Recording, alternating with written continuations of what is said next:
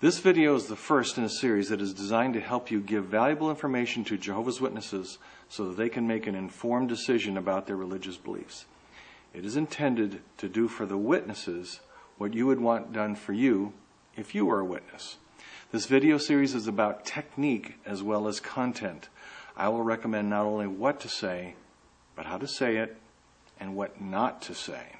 Throughout this series, you must keep in mind the principles of Colossians 4, verses 5 and 6, and 1 Peter 3, verse 15, and follow that.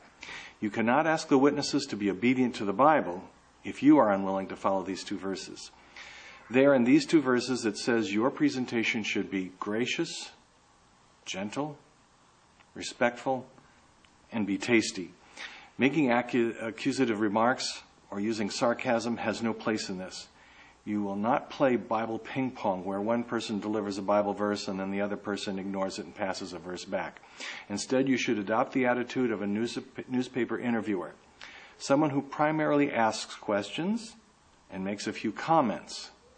So throughout this series, you will passively listen to what they have to say and at a few key points, make some comments that are so tasty that they will hopefully ask you for a further explanation, and then you can talk. You can compare this to Paul's approach in Acts chapter 17, verses 16 through 31. Paul was agitated that the city was full of idols and idolaters. Did he convict the people? Did he confront them and accuse them? No.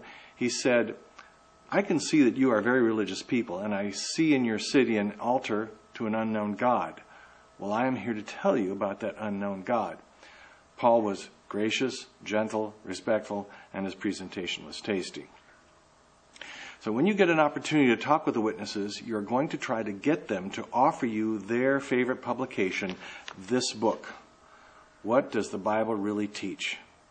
You can do that by saying that you are curious about different religious beliefs and would be interested to know more about their religion. Do they have a publication that gives a broad sketch of their fundamental teachings? They will likely offer you this book. Say you would like to borrow the book to see what they teach. Explain that you currently have a belief, but if you found something better, you would pursue it. After you accept the book, say that you will read it and ask if they could come back and in a couple of weeks to discuss it and see if you have any questions. Get their name, their phone number, so that you can coordinate a meeting time and in case you need to reschedule. Now, I have researched this book word for word and am preparing this video series as a response. I'm using their 2006 printing.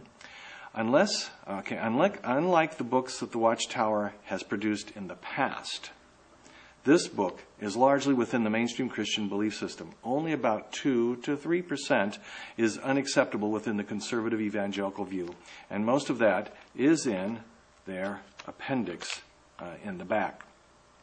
Oh, don't worry about witnesses watching this series. Their leadership has warned them not to get on the internet, not to look at YouTube, and not to look at videos that offer religious views that are different from theirs. A loyal witness will not watch these videos. As you study with the witnesses in their book, What Does the Bible Really Teach?, you will eventually reach page 13, where it discusses their belief around the personal name of God. Primarily, they are teaching you that they prefer the traditional pronunciation Jehovah for the Hebrew name of God, which appears almost 7,000 times in the Old Testament. They are very proud of their use of this name, and they use it in their translation of the Bible, which is right here, which is the New World Translation. Okay?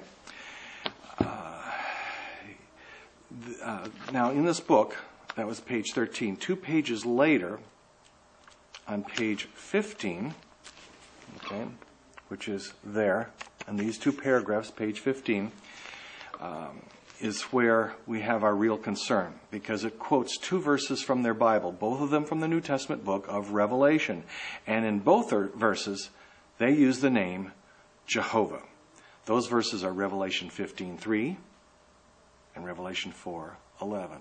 And it's quoted right there in the paragraphs. A reader who is familiar with the Bible and how it is translated would find this astounding. Why?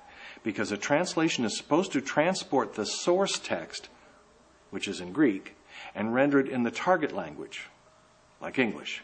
But there is no Greek New Testament manuscript that has the full Hebrew name of God, which could be rendered, of course, as Jehovah. This is their Kingdom Interlinear, another one of their publications. This is the Greek text that their translators used to produce their New Testament. The name Jehovah is not in the Greek text. You can check that if you had a copy. You could look at, for example, I'm going to look at a verse here in Revelation 22, verse 5 and 6. Okay? It doesn't appear there. The name is, in the Greek, it's not there. It says Lord. Okay? And they will, instead of using Lord, they will replace it with the name Jehovah. Now, in the book here in Revelation, the Greek, again, does not have God's Hebrew name, full Hebrew name. And in this book, when they use it in those two Greek New Testament verses there in Revelation, the book does not explain how they can use the name or why they would use the name Jehovah, even though there is no ancient New Testament manuscript that uses the name. The issue is this: when is it all right to insert a word into the Bible? The WatchTower is here in their translation and copied in their book, has replaced the title Lord with the name Jehovah. Is that appropriate? In some cases it might be. If a Greek text were talking about numerous persons and then it uses the word he, that might be ambiguous in English. So a translator will examine the Greek grammar to see if it indicates who is meant, and then for clarity might insert the name. But the verses we read were not confusing. When it said Lord, you knew who was meant. The WatchTower inserts the name Jehovah in their New Testament 237 times, even though no Greek manuscript of the New Testament contains the full Hebrew name of God. Not one. The English is not so ambiguous that a translator needs to insert a name. And for those 237 times the WatchTower inserts the name Jehovah, it is not because of the Greek text or the grammar. This is the difference that mainstream Christians have with this material in this book on page 15. Now, Jehovah's Witnesses will sometimes claim that they insert the proper name because the New Testament verse in the New Testament quotes a quotation from the Old Testament where the name Jehovah appears in the Hebrew text. But that claim is false. For 75% of the time, those 237 references, like I say, 75% of them are not quotations from the Old Testament. Case in point are the two examples we saw in their book on page 15 here in Revelation. Those two verses mention Jehovah, but they are not quotations from the Old Testament. Additionally, look at Revelation 22, 5 and 6. There you will see the word Lord twice in your translation. But in their translation, they insert Jehovah. So I'm going to pull that up here. And again, none of these verses is a quotation of the Old Testament. And if you read further on into Revelation 22, and here I'm going to show verses 5 and 6 here, and over here is 22:18. It says, you'll see a warning that no one should add any words to the book of Revelation. That is why mainstream Christians find a problem with this WatchTower practice. When you discuss this, do not get tangled in the discussion, an argument where the witnesses like to criticize other translations for not using God's name. Don't do that. Even some evangelical scholars have the same concern. So do not try to defend some translations.